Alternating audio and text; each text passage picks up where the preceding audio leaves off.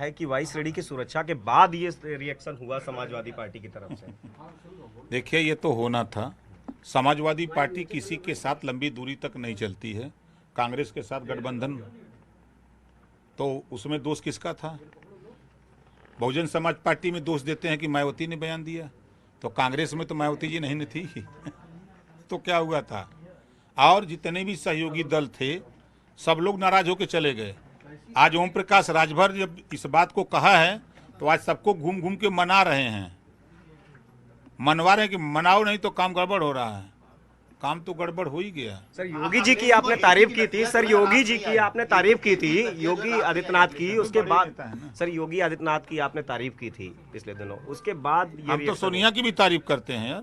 हम मायावती की तारीफ, आप लखनऊ खड़े हो जाओ 10-90 पर, देखो मायावती जी का काम। इसके पीछे क्या राज है राजभर जी? बसपा का जो आप बार बार मायावती से गठबंधन की बात करते हैं, मुलाकात हो गई, ये क्या राज है? नहीं, अब टाइम लेंगे तब कि भैया मिल जाए। पहले एक बार बसपा का साथ छोड़ा था आपने। नहीं, पार्टी छोड़ी थी। उस पार्टी में मैं नेता था उस पार्टी का। तो अब तो जब से अपनी पार्टी बनाया हूँ तब से तो हम अपनी पार्टी के मालिक हैं। अच्छा, ये राज क्या है, ये जरा बता दीजिए कि आखिर आप हर बार, अभी मायावती से ना बातचीत हुई है आपकी बसपा सुप्रीमो से, उसके बाद भी आप लगातार कह रहे हैं कि बसपा के साथ जाएंगे, मायावती के साथ जाएंगे। जब हम कोई फैसला लेते हैं तो आप लोगों को बुलाते हैं, आप लोगों के सामने हम बोलते हैं। तो जिस दिन बात फाइनल हो जाएगी उस दिन बहुजन समाज पार्टी और सुहेलदेव भारती समाज पार्टी आपके सामने दिखेगी। भाजपा से क्या रहेगा आपका, बीजेपी से क्या रहेगा? योगी जी की भी तारीफ कर चुके हैं आप। अभी हम मिला ही रहे थे, तब तक तो आप लोग आ ही गए। तो मिला लिया सामने, कैमरे मिला लीजिए, कैमरे मिला के बात कर लीजिए। बात कर लेंगे उनसे। हमारी भी परसों भी उनसे जाकर मैं खुद मिला था, उनसे बातचीत। अच्छा, केशव देव मौर्य जी मिलाए आजम खान साहब से, आप भी मिलेंगे? केशव देव मौर्य, छोड़ो यार, ये सब चीज़ों की जिक्र न करो। देखो, आप लोग सवाल जो कर रहे हो उस सवाल में जरा ये देखो कि ओम प्रकाश राजभर कहाँ खड़ा है और अखिलेश जी कहाँ खड़े हैं। अखिलेश यादव जी के ऊपर जो आरोप लगते हैं एमओआई का, उससे उबर पाएंगे क्या?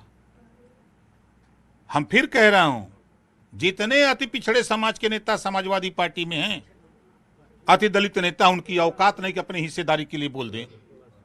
जो बहुत बोल रहा होगा कि टीवी पर, वो बता दे कि एक दिन भी अपने समाज की हिस्सेदारी मांगा हो, मांग ले तो जबान काट ली जाएगी पार्टी में।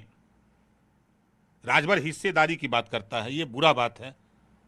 पहले चरण के 58 सीटों में मैंने कहा कि बताओ कश्यप को कितना सीट दिया, कहा दूसरे चरण में देंगे, हमको वोट नहीं मिलेगा।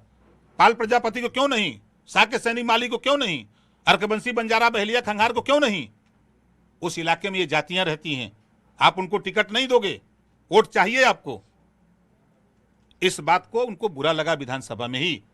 दूसरे चरण में 55 सीटों में मैंने कहा, पूछा कि अब कहा तीसरे में देंगे, हमके फिर दोनों में वोट क्यों मिलेगा? ये बात उनको बुरी लगी कि ये अति पिछड़ों की हिस्सेदारी क्यों मांग रहा है, ये बात क्यों बोल रहा है। हम उनके सुर में सुर मिलाने गए थे? हम हमेशा अति पिछड़ों की बात करते हैं, उनके हक के लड़ते हैं। मैं आजमगढ़ लोकसभा चुनाव फिर कह रहा हूं, मैंने उनसे कहा कि देखिए वहां का सिचुएशन, आपने गुड्डू जमाली को बुला करके टिकट देने की बात किया, नहीं दिया।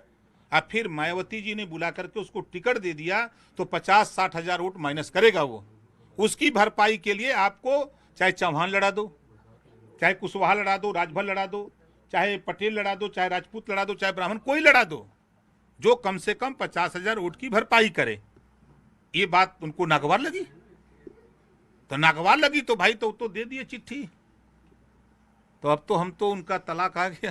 अब आप क्या करेंगे सर? कबूल कर लिया। ओपी राजभर जी तो अब बताएंगे आपको क्या करने वाले हैं।